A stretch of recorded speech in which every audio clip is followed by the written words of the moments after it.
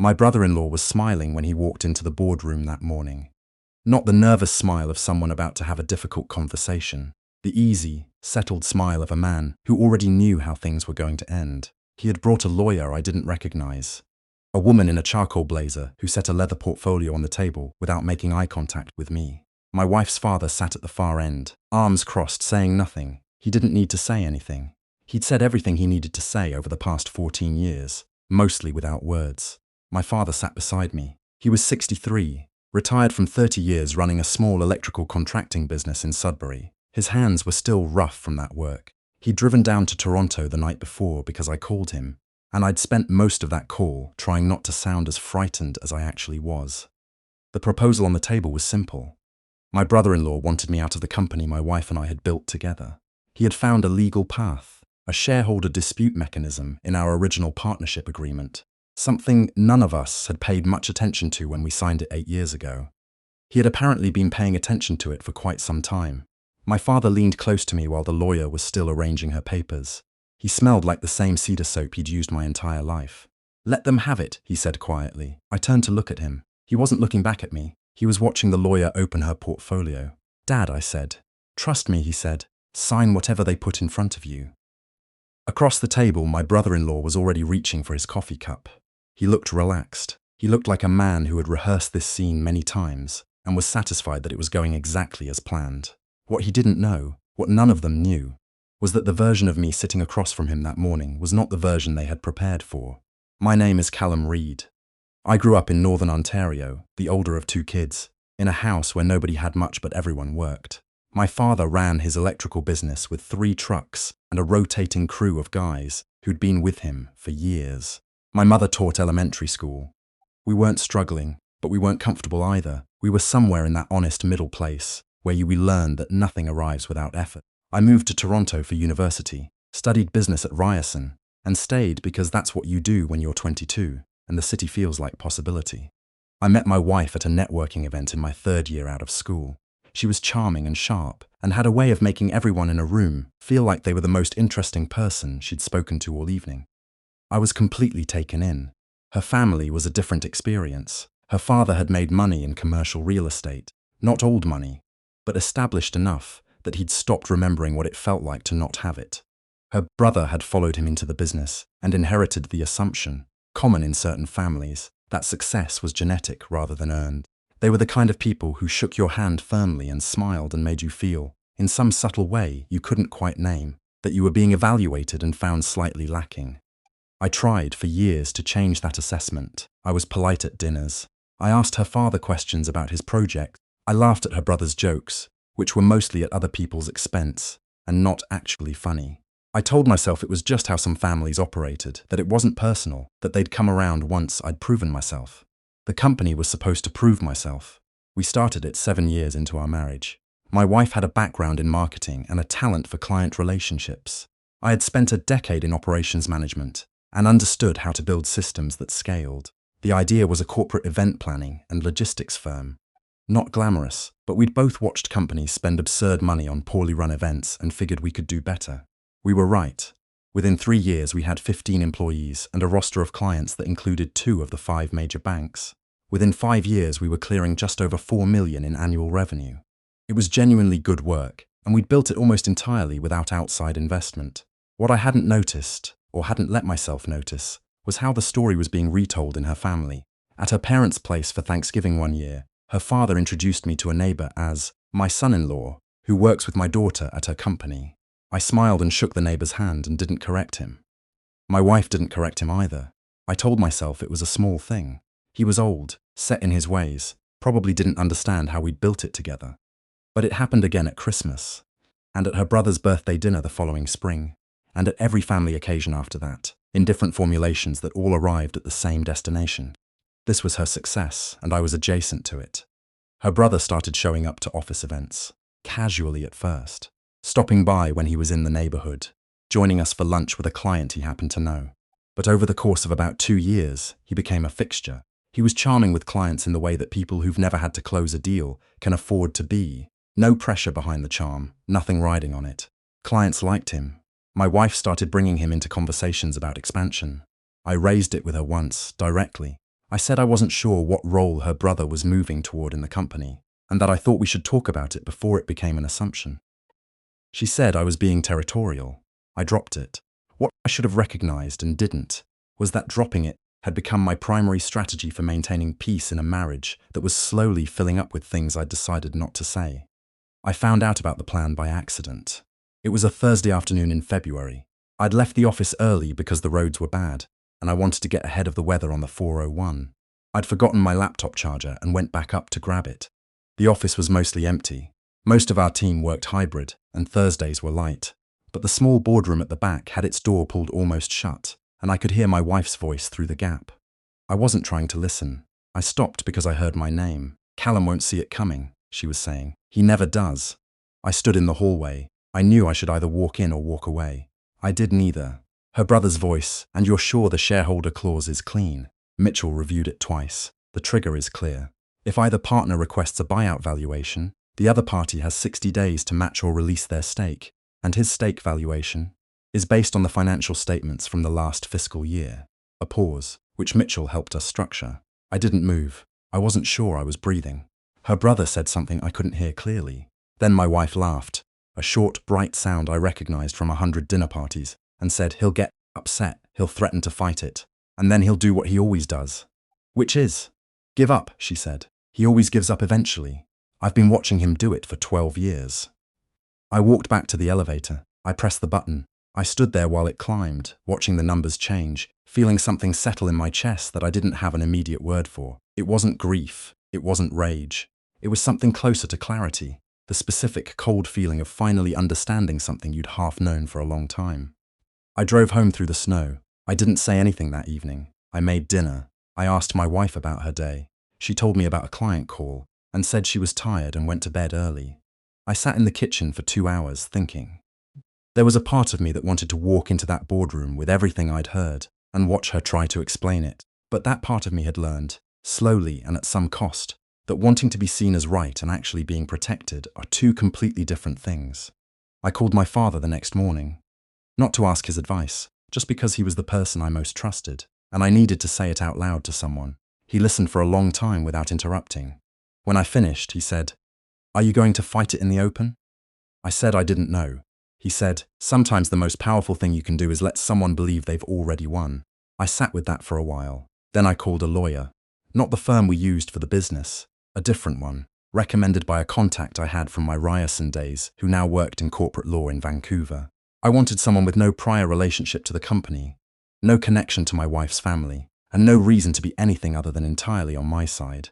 I also hired a forensic accountant. This was not a decision I made emotionally. It was a decision I made because of something I'd noticed over the previous year.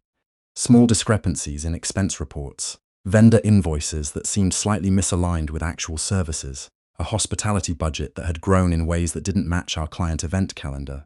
I'd noted them, filed them mentally, and done nothing because doing nothing had become a reflex. The forensic accountant's name was Barb. She was 60, meticulous, and had spent 20 years at CRA before going private. She reviewed 18 months of financials and came back to me with a 40-page report. The short version, approximately $340,000, had moved through vendor accounts in ways that were, at minimum, structured to obscure their destination. Some of it appeared to be legitimate consulting fees paid to a numbered company. Barb could not determine who controlled that numbered company, but she had traced the HST filings on it to an address that matched my brother-in-law's property management office. I sat with that report for 3 days before I showed my lawyer. My lawyer said, "Do not use this offensively. Not yet. Let the shareholder process proceed. Sign whatever they ask you to sign in the boardroom. But let me file some protective documentation before that meeting, and let Barb keep working." "What kind of protective documentation?" I asked. "The kind that establishes on the record and before the buyout valuation is triggered exactly what your contributions to this company have been. Every system you built, every client relationship you initiated, every operational decision that produced revenue." She paused. "Your wife's lawyer has presumably told her that the valuation is clean. We're going to make sure that if this ends up in front of a judge, the picture is considerably more complicated than she expects." I asked about the financial irregularities. She said, "That goes to a different authority, but not yet." And so, on a Tuesday morning in March, I sat across from my brother-in-law and his lawyer and my father-in-law, and I listened to them explain the terms of the buyout. and I signed the documents they slid across the table. My brother-in-law looked satisfied in a way that was almost difficult to watch. He'd practiced being magnanimous. He said he hoped we could keep things professional, that there was no need for this to be adversarial. He said he admired what I'd built and wished me well going forward. I thanked him. I meant none of it and said it anyway, which felt, briefly, like becoming someone I didn't recognize. My father put his hand on my shoulder as we walked to the elevator. "Well done," he said. "I don't feel like I did anything," I said. "That's the point," he said. The valuation they'd proposed assigned my 40% stake, a value of approximately $680,000. Based on the financial statements Mitchell had apparently helped structure, this was a number that looked reasonable on paper. What it didn't account for was a parallel assessment my lawyer had commissioned, which valued my contributions, intellectual property, client relationships, systems documentation, operational frameworks, at something closer to $1.4 million. The two assessments landed in front of a mediator 6 weeks later. My wife's lawyer was not prepared for this. The mediation lasted 3 sessions. In the second session, Barb's report entered the conversation, not as an accusation, but as a question.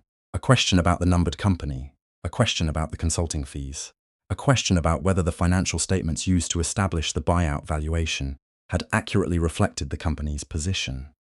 In the third session, my brother-in-law arrived without his easy smile. By the time it concluded, the settlement was significantly different from what they had proposed on that Tuesday morning. My stake was valued at just under $1.1 million. The questions about the numbered company were referred to an outside review. Nobody called it fraud in that room, but everyone in that room understood what Barb's report was suggesting, and that it would not disappear. I left the mediation office on a Thursday afternoon in May. It was raining, that soft, persistent rain that Toronto does in spring when the city is too tired to fully commit to the season. I stood on the sidewalk for a moment before finding a cab. I called my father. He picked up on the second ring. I told him what the settlement was. He was quiet for a moment. Then he said, "Good, just that. Good." I laughed, which surprised me. I hadn't laughed at much over those 3 months. "Are you happy?" he asked. I thought about it. "I'm relieved," I said. "I think I'll be happy later." "That's usually how it works," he said. What I didn't expect in the weeks and months after was how the silence from her side of things would feel. I'd braced for anger, for some second confrontation, for her family to find a new angle. None of it came. Her brother stopped responding to messages from mutual contacts. Her father, according to people I still heard from in that circle, had become quieter at family events, less inclined to hold court. My wife, and we had entered a formal separation by then, communicated only through lawyers, which was painful in its own way, but also honest in a way our last few years hadn't been. The outside review into the numbered company took several months. I was not directly involved in what followed. What I know is that my brother-in-law hired a second lawyer in the fall, and that the property management office changed its registered address twice in the space of 6 months. Draw your own conclusions. The company itself was eventually sold, about 14 months after the mediation. I was not part of that process, but I heard the sale price, and I knew what my settlement had been worth. What surprised me most, sitting with all of it now, was not the money. The money mattered, I'm not going to pretend otherwise, because pretending otherwise would be dishonest about what was actually at stake. But it wasn't the thing that took the longest to process. The hardest part was understanding how I had gotten there, how I had spent years in a family, not just a marriage, but a whole extended constellation of people, and had worked so hard to be accepted by them that I had slowly stopped noticing I was disappearing. I made myself smaller. I dropped arguments. I laughed at things that weren't funny and stayed quiet when I should have spoken, and told myself this was the cost of keeping peace. What nobody tells you, and what I had to learn the hard way, is that keeping peace with people who don't respect you isn't peace. It's just a slower kind of loss. My son is 11 now. He spent every other weekend with me through the separation and asks more questions than I can always answer. He wanted to know why I didn't fight back, which is how he framed it. Why didn't I get mad? Why didn't I yell? Why did I just sign the papers? I told him there's a difference between fighting and winning, that sometimes the people who look like they're losing are the ones doing the most important work, and they're just doing it quietly. He thought about that for a minute, and then asked if we could get Patine, which seemed like a reasonable pivot. I still live in Toronto, East End, in a place about a third of the size of the house we shared. I had a porch built onto the back of it last summer. On Saturday mornings I drink my coffee out there and watch the neighborhood move past, and most of the time I feel something I hadn't felt in a very long time before all of this happened. I feel like myself, not a version of myself that had been approved by committee, Not a version shaped to fit into a family that had already decided what I was worth. Just the actual person I'd apparently been all along, waiting for the room to clear. My father visited in August. We sat on that porch for most of a Saturday afternoon. At some point he said, "You know what I knew in that boardroom?" I said I didn't. He said, "I knew them. I've known men like that my whole career. Men who've never had to build anything, who've spent their lives finding ways to take a piece of what other people built. They win by making you react. The moment you react, you've given them the game." He turned his coffee cup in his hands. "You didn't react. I want to," I said.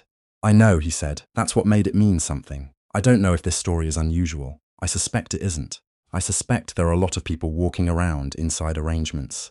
Marriages, partnerships, families, where they've gradually surrendered so much ground that they can no longer see where they ended and the arrangement began. Where they've mistaken tolerance for virtue and silence for strength and called the whole thing keeping the peace. I'm not bitter about it. I want to be clear about that. Because bitterness is its own kind of captivity. And I spent long enough in one form of captivity without volunteering for another. What I am is grateful. For a father who knew when to speak and what to say. For a lawyer who was smarter than the situation required. And a forensic accountant who found the thing nobody thought I would look for. For a son who asks better questions than most adults I know. And for the particular Tuesday morning when I sat across a boardroom table and signed my name on a document that everyone in that room believed was my surrender and felt, for the first time in years, completely in control. I walked out of that building carrying nothing.